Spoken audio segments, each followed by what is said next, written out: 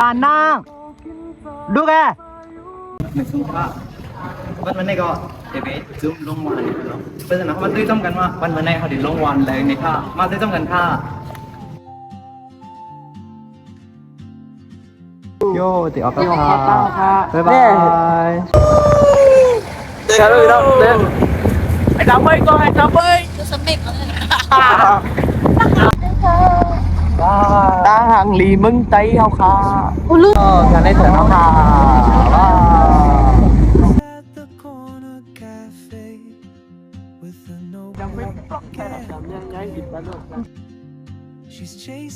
đây có lúc đang này kinh rồi à nhập cái dáng hửa anh điêu này có kiểu nát to ngọc hả nó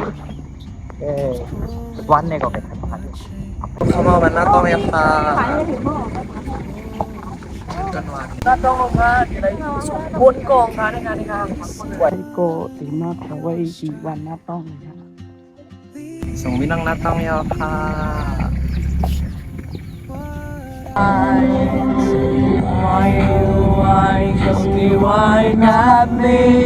ปฏิเพียวน้ำโค้งไหนได้ดังมาเนี่ย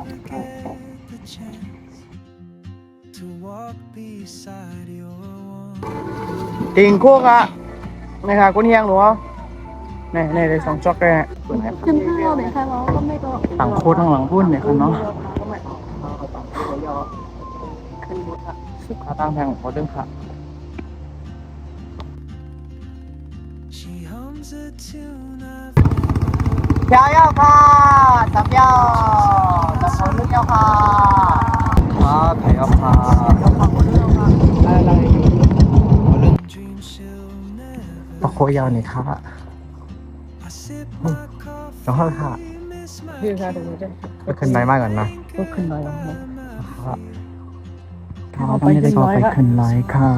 ไก่อะ หนูต้องลึงค่ะแรนนี่อย่าได้ขึ้นไลค์เอาค่ะเดี๋ยวขอกันลูกขึ้นไลค์นี่แกโอ้โหเราประกอบแทนจริงๆดิกูต้องนั่งแต่ไม่ได้เขาขึ้นมาโอ้ดังแต่ก็เดินค่ะลูกเพื่อนนะจริงมาได้ที่ไงครับอันนี้จีที่ขึ้นได้ก็คือให้เตียกมาได้เหมือนกันนะหวานแหนมหัวเขาเลยครับหลอดก็จำสูงเขามีหนาเลย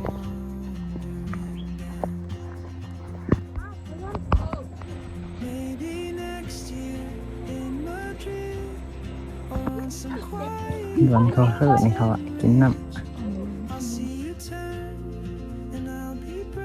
หลอนเขาเมื่อเขาว่าอะไรนะกระดิ่งกั้มเนี่ยครับคือนะครับเย้ไปเลยไปพี่นั่งสามีเหรอนะครับเนี่ยไปไหนพี่นั่งสามีน้ำไหลขึ้นมากเลยการนั่งดูแกไปก่อนวันเดียวข้านั่งสามีมาทางไหนมาไกลคุณเนี่ยต้องกับตังกันแหละปะ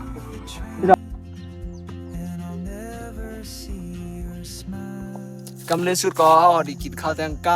ำไปก็ไปเพียวค่ะเดี๋ยวเลยไปเที่ยงมอก3 ชั่วโมง4 ชั่วโมงในต่างในเพียวได้ค่ะลูกนะค่ะเนี่ยกินข้าวตัวเร็วก็ว่ามี5 โมงจะมาค่ะเนาะทั้งอีนไงทั้งหลายเม็ดได้กับมัวค่ะบอก8 โมงแล้วก็สั่งเพียวใครอยู่ด้วยได้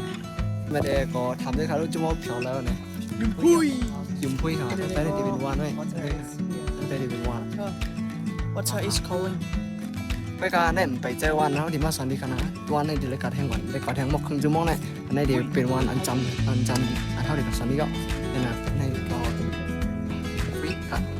จะให้กะเท่าเดียวกับให้กะบอกว่ามึงไหลค่ะสำหรับมึงไหลได้แล้วไปได้แล้วว้าวโอ้สำหรับมึงเตะชูกะเพียวได้ไปเพียววันนี้ก็ตกครึ่งเอาได้เพียวทั้งอีนวันละมือรับสิ่งในทั้งอีนได้ก็เพียวอะก็ประเด็นนี้ดูหรอเดี๋ยวค่ะเนาะเดี๋ยวให้กลางเราเห็นเขาไปครับตั้งลงก็เทียบคนลมยังเหนือสุภาพคำเดียวค่ะเดี๋ยวค่ะหลายโมงค่ะก็เดี๋ยวก็7 โมงครึ่งนั่นเข้าอ่านอ่ะผมจะ7 โมงกับ8 โมงไหนมาครึ่งนี่เลยอ่ะ